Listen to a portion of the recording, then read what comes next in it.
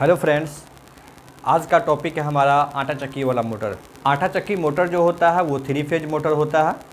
अगर कभी भी आपके साथ ऐसा होता है बीच में लाइन कट गया और फिर लाइन आया तो अब जो चालू कर रहे हैं तो चालू नहीं हो रहा है, यानी इससे पहले चल रहा था, लाइन गया तो मोटर बंद हुआ और फिर चालू कर रहे हैं तो चालू नहीं हो रहा। तो इस कंडीशन में 90% आप कंफर्म हो जाइए कि लाइन गड़बड़ आया है। सबसे पहले लाइन को चेक करना है।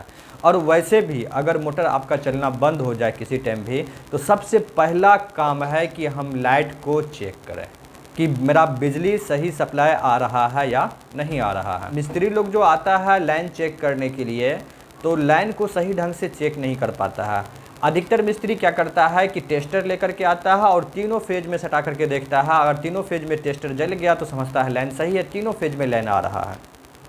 या तो फिर अगर वोल्ट मीटर भी लेकर के आता है तो वोल्ट मीटर से ऐसे चेक करता है कि एक तार न्यूट्रल में देता है और दूसरा तार फेज में देता है वोल्ट मीटर का, तो वोल्टेज शो करता है। फिर इसी तरह से दूसरा फेज में देता है और तीसरा फेज में देता है, तो सब में वोल्टेज शो करता है और समझ जाता है लाइन सही है।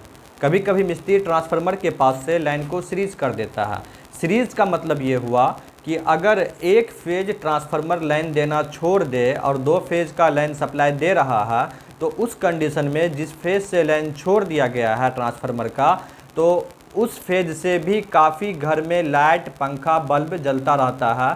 तो उस फेज से जितना भी घर का लाइट पंखा बल्ब जल रहा होता है वो सब कट जाता है। तो मिस्त्री उस कंडीशन में क्या करता है, जैसे फॉर एग्जांपल लीजिए कि फेज 1, फेज 2, फेज 3 और फेज 2 का लाइन आपका कट गया, तो मिस्त्री क्या करेगा, फेज 1 से फेज 2 को जोड़ देगा, यानी फेज 2 का तार को जो है फेज 1 में जोड़ देगा। अब जो है जिसका भी घर में बल्ब पंखा वगैरह जल रहा था वो सब चालू हो जाएगा, इसलिए कि फेज 1 से उसको लाइन मिल गया फेज 2 को भी। लेकिन फेज 2 ट्रांसफार्मर से नहीं आ रहा है फ्रेंड्स, फेज 1 का ही लाइन जो है फेज 2 में दे दिया गया। तो इस कंडीशन में 3 फेज मोटर चलना बंद हो जाता है। और जब वहाँ पे कोई मिस्त्री चेक करता है तो तीनों फेज में लाइन अवेलेबल मिलता है, इसलिए कि फेज 1 और फेज 2 दोनों सेम हो गया। और फेज 3 जो है उसमें तो लाइन सही है, लेकिन 2 का जो लाइन कट गया था उसको 1 से दे दिया गया लाइन, तो वहाँ पे मिस्त्री को अब वोल्टेज भी सही बताएगा और लाइन भी तीनों फेज में बताएगा। तो इस कंडीशन में कहता है कि लाइट सही है, मोटर ख़राब हो गया है आपका, लाइन चेक करना है, वोल्टेज हमको फेज टू फेज, जैसे फेज 1 से फेज 2 में वोल्टेज चेक करना है। अगर समथिंग 400 तक वोल्ट बन रहा है तब समझेंगे दोनों फेज का लाइन सही है। तो फिर इसी तरह से फेज 1 से फेज 3 में चेक करना है, उसमें भी 400 समथिंग वोल्ट बनना चाहिए। फिर उसी तरह से फेज 2 से फेज 3 में चेक करना है, ताकि कोई भी तार को सीरीज तो नहीं कर दिया मिस्त्री, सब में वोल्ट बनना चाहिए। जैसे कि अगर मिस्त्री फेज 1 को फेज 2 से सीरीज कर दिया वहाँ पे, और उस कंडीशन में आप फेज 1 से फेज 2 में वोल्टेज मीटर से चेक कीजिएगा तो वहाँ पे वोल्ट नहीं बनेगा, 5-10 वोल्ट बनेगा या फिर 0 ही रह जाएगा। तो वहाँ समझ में आ जाएगा कि ये दोनों फेज सीरीज क्या हुआ है। तो लाइन ऐसे चेक करना है। चलिए अब हम प्रैक्टिकल करके आपको दिखाते हैं। एक जगह से हमको कॉल आया है कि उसका मोटर नहीं चल रहा है, तो हम उसी जगह पे जा रहे हैं अभी, वहाँ जा करके हम फिर प्रैक्टिकल करके आपको दिखाते हैं कि कैसे लाइन चेक करना है। और हम इस वीडियो में ये भी बताएंगे आपको कि मोटर में वार्निश खुद से आप कैसे कर सकते हैं, और वोल्ट एम्पियर मीटर लगाना है तो कौन सा लगाना है। बहुत सारे आदमी वोल्ट एम्पियर मीटर खरीदने में गलती कर देते हैं, तो ऐसा मिस्टेक नहीं करना है। हम इस वीडियो में बताएंगे कौन सा वोल्ट मीटर खरीदना है, कौन सा एम्पियर मीटर खरीदना है।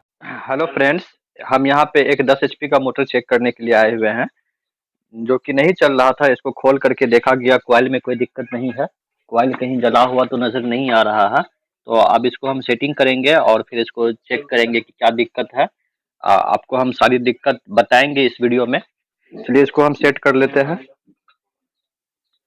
तो देखिए फ्रेंड्स, हमारा मोटर सेटिंग हो चुका है। अब हम सबसे पहले इसका लाइन चेक करेंगे कि लाइट सही आ रहा है कि नहीं आ रहा है, दिक्कत क्यों हो रहा है। अधिकतर लाइन में ही दिक्कत आता है जब मोटर वर्क नहीं करता है। तो सबसे पहले हम मीटर से लाइन चेक करते हैं। लाइन चेक करने का कई तरीका है, तो यदि सही तरीका से चेक करेंगे तभी हमको समझ में आएगा प्रॉब्लम। अगर सही तरीका से चेक नहीं करेंगे तो प्रॉब्लम समझ में नहीं आएगा।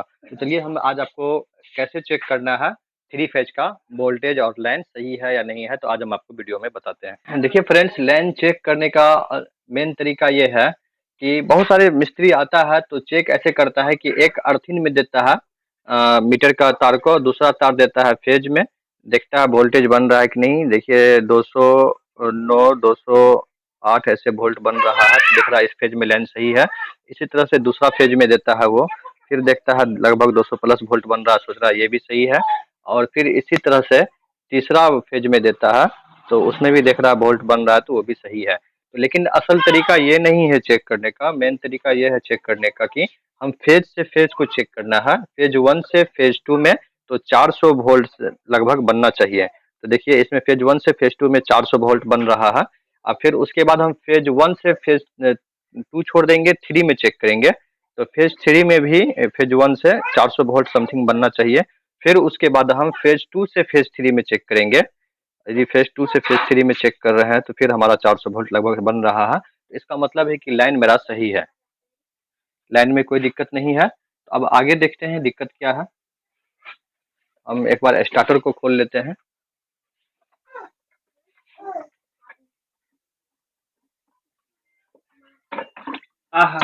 स्टार्टर का मेन चीज हम ये देखते हैं कि ये स्टार्टर में कनेक्टर होता है, जो कि मैग्नेट पर ऊपर नीचे होता है। फ्रेंड्स ये देखिए, ये कनेक्टर है।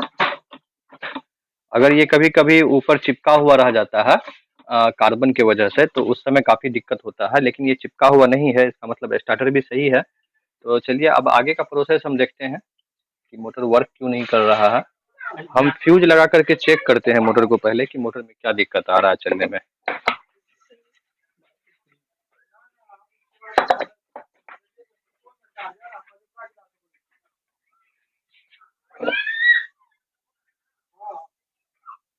फ्यूज सही है, ये भी फ्यूज सही है, ये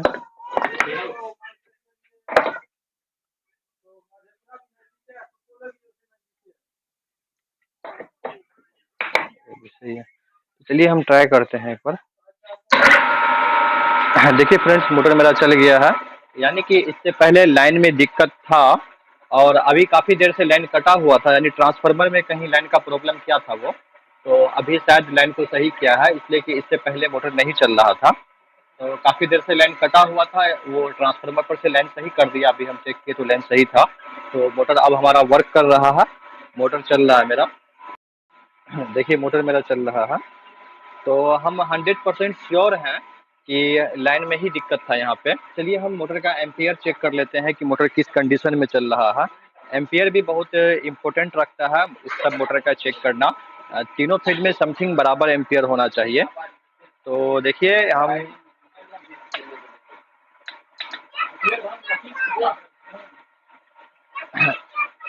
हम फेज 1 का एम्पियर चेक कर रहे हैं तो 3.5 एम्पियर शो कर रहा है मेरा। और फिर फेज 2 का हम एम्पियर चेक कर रहे हैं तो ये भी 3.4 शो कर रहा है, यानी एम्पियर दोनों में समथिंग बराबर है। और फेज 3 में हम चेक कर रहे हैं एम्पियर, तो ये भी 3.5 है, यानी बिल्कुल एम्पियर सही ले रहा है। तीनों फेज में बराबर एम्पियर ले रहा है, मोटर में कोई दिक्कत नहीं है। और मोटर थोड़ा सा साउंड कर रहा है, यानी वायरिंग का थोड़ा सा प्रॉब्लम है। तो फिलहाल हम बंद कर देते हैं मोटर को। तो फ्रेंड्स, लाइन चेक करने का जो हम तरीका बताए हैं उसी तरीका से लाइन को चेक करना है। अगर आप अर्थिंग से चेक कीजिएगा लाइन को, तो कभी कभी सीरीज लाइन बन करके आता है, तो तीनों फेज में आपको एक अर्थ और अर्थिंग से चेक कीजिएगा, तीनों फेज में वोल्टेज आपको बराबर शो करेगा, लेकिन पता नहीं चल पाएगा कि लाइन में दिक्कत है। हम जिस तरीका से बताए हैं चेक करने के लिए, उस तरीका से आप चेक कीजिएगा, तब जाकर के आपको समझ में आएगा कि लाइन में प्रॉब्लम है या नहीं है। इसलिए कि इससे पहले आया था एक मिस्त्री, वो चेक करके गया, बताया लाइन में दिक्कत नहीं है, लेकिन 100% यहाँ लाइन में ही दिक्कत था। तो देखिए फ्रेंड्स, ये मोटर तो चालू हो गया है, लेकिन यहाँ पे एक वोल्ट मीटर और एम्पियर मीटर होना चाहिए, जो कि वोल्ट बताता रहेगा कितना वोल्ट है अभी मेरे यहाँ अवेलेबल और कितना लोड पे चल रहा है। तो इनके पास तो वोल्ट मीटर नहीं है, लेकिन ये मार्केट से एक एम्पियर मीटर खरीद करके लाया है, ये वाला देख सकते हैं आप। तो फ्रेंड्स, ये वाला जो एम्पियर मीटर खरीद करके लाया है, और ये मोटर है 10 एचपी का, यानी इसका एम्पियर का कैपेसिटी है अधिकतम ये 13-14 एम्पियर पे चलेगा ज़्यादा से ज़्यादा। और ये एम्पियर मीटर खरीद करके लाया है 50 से 60 एम्पियर तक का मीटर है, जो कि 10 से शुरू हुआ है। फ्रेंड्स, बात को समझिएगा मेरी गौर से, ये मीटर जो है 10 से शुरू ही हुआ है, और उस मोटर का कैपेसिटी है अधिकतम 13 एम्पीयर तक बर्दाश्त करने का। तो अब ये बताइए कि जब ये स्टार्ट होगा 3 एम्पीयर 4 एम्पीयर से स्टार्ट होगा मोटर, तो इसमें तो 3-4 कहीं है ही नहीं जो शो करेगा। तो फिर इसको यानी ये काँटा किस समय 10 से 15 के बीच में आ जाएगा, 10 से 20 के बीच में आ जाएगा, यानी 15 एम्पीयर पे आ जाएगा, इनको पता भी नहीं चलेगा। इसलिए थोड़ा-सा काँटा हिलेगा और 15 पे चला जाएगा, थोड़ा-सा और हिल जाएगा तो 20 पे चला जाएगा फ्रेंड्स। तो ऐसा मीटर लेकर के कोई फ़ायदा है नहीं, इसलिए कि शो ही नहीं कर पाएगा इसको सही ढंग से कि मोटर मेरा कितना एम्पीयर पे चल रहा है। ये एम्पीयर मीटर जो है मिनिमम 50 एचपी का मोटर में वर्क करेगा सही से, इसलिए कि 50 एचपी का मोटर जो होता है, वो लगभग 13-14 एम्पीयर से या 15 एम्पीयर से स्टार्टिंग में शुरू होता है। तो ये सब मोटर तो 3 एम्पीयर 4 एम्पीयर से स्टार्टिंग शुरू होता है, इसलिए ये सब मोटर में ये मीटर जो है वर्क नहीं करेगा। तो आप भी ख़्याल रखिएगा कभी एम्पीयर मीटर लीजिएगा तो इतना बड़ा एम्पीयर मीटर नहीं ले लेना है जो कि वर्क नहीं करे हमारा मोटर में। मोटर जिस हिसाब से है आपका, उस हिसाब से एम्पीयर मीटर लेना है। यदि आप ये काँटा वाला मीटर ले रहे हैं, तो 20 एम्पीयर का मीटर आपको लेना है, जो कि 1 से शुरू होता है और 20 तक जाता है। ये 10 से शुरू हुआ है, उसके बाद 20 है, 30 है, 40 है, 50 है, 60 है। तो ये इस मोटर के लायक नहीं है, इस मोटर के हिसाब से बहुत ज़्यादा है। और इससे बेटर रहेगा कि यदि आप एक डिजिटल मीटर आता है वो खरीद लीजिएगा, तो उसमें एम्पीयर प्लस वोल्ट दोनों अटैच रहता है। तो उसमें 1-1 एम्पीयर दिखा देता है, यहाँ तक कि पॉइंट में भी दिखा देता है। हम डिजिटल मोटर का फ़ोटो आपको दिखा देंगे इसी वीडियो में। देखिए फ्रेंड्स, इस मोटर को हम फिर से खोल रहे हैं इसलिए कि कस्टमर का कहना है कि इसमें वार्निश मार दीजिए, काफ़ी दिन से वार्निश यार नहीं हुआ है, बहुत दिन से मोटर सेटिंग है। तो वार्निश तो मोटर के लिए फ़ायदेमंद चीज़ है, मारना चाहिए कभी-कभी। तो इस मोटर को फिर से खोल रहा है और इसमें वार्निश करेगा। तो आज हम आपको बता रहे हैं इसलिए कि आप खुद से भी खोल करके मोटर में वार्निश कर सकते हैं। देखिए उस साइड का चारों नट मेरा खुल गया है पुल्ली साइड का, और हम पीछे से भी खोल लिए हैं नट पंखी साइड का। अब जो है सिंपल सा जो मोटर का जो रोटर है पीछे में जिसमें बेयरिंग लगा हुआ है, तो उसी पर हमको कोई शाफ्ट रख करके चोट मारना है। ये शाफ्ट पे धर दिया है एक शापट, और ये शापट पे जो है चोट मार रहा है। ये देखिए वो रोटर मेरा निकल गया है और पीछे का भी पल्ला का नट खुला हुआ है। देखिए फ्रेंड्स, ये मोटर मेरा खुल चुका है। मोटर को पलटना पड़ेगा वार्निश करने के लिए। तो मोटर को पलटते हैं हम पहले, फिर आपको दिखाते हैं। इस मोटर को हम खोल करके यहाँ रख दिए हैं और इसको पलट दिए हैं। वार्निश का डब्बा लेकर के आइए।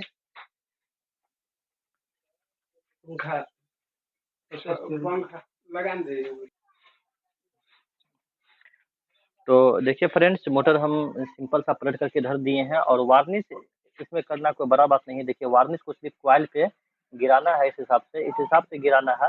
ये पूरा कॉइल को हमको भिंगाना है, सिर्फ पूरा कॉइल सिर्फ गीला हो जाए इससे। वार्निश जो है एक प्रकार से पॉलिश का काम करता है।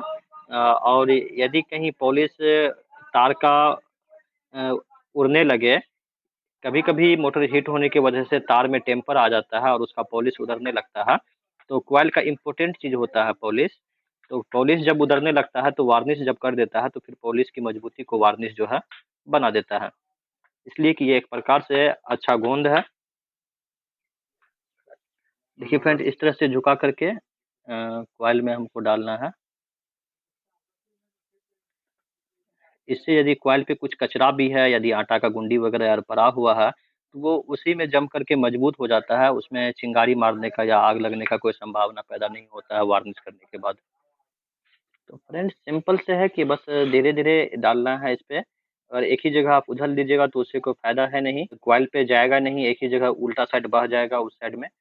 तो आपको धीरे-धीरे करके डालना है ताकि पूरा कॉइल को ये भिंगा दे और पूरा कॉइल का फिर पॉलिश को मजबूत कर दे।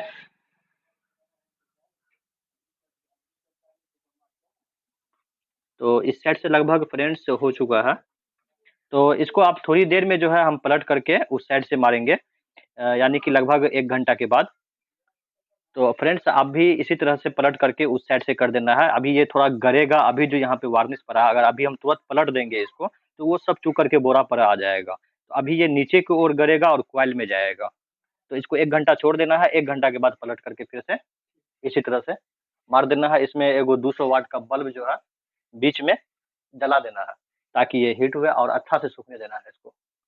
गीला नहीं छोड़ना है, 200 वाट का बल्ब जो है पूरी रात जला करके छोड़ दीजिएगा।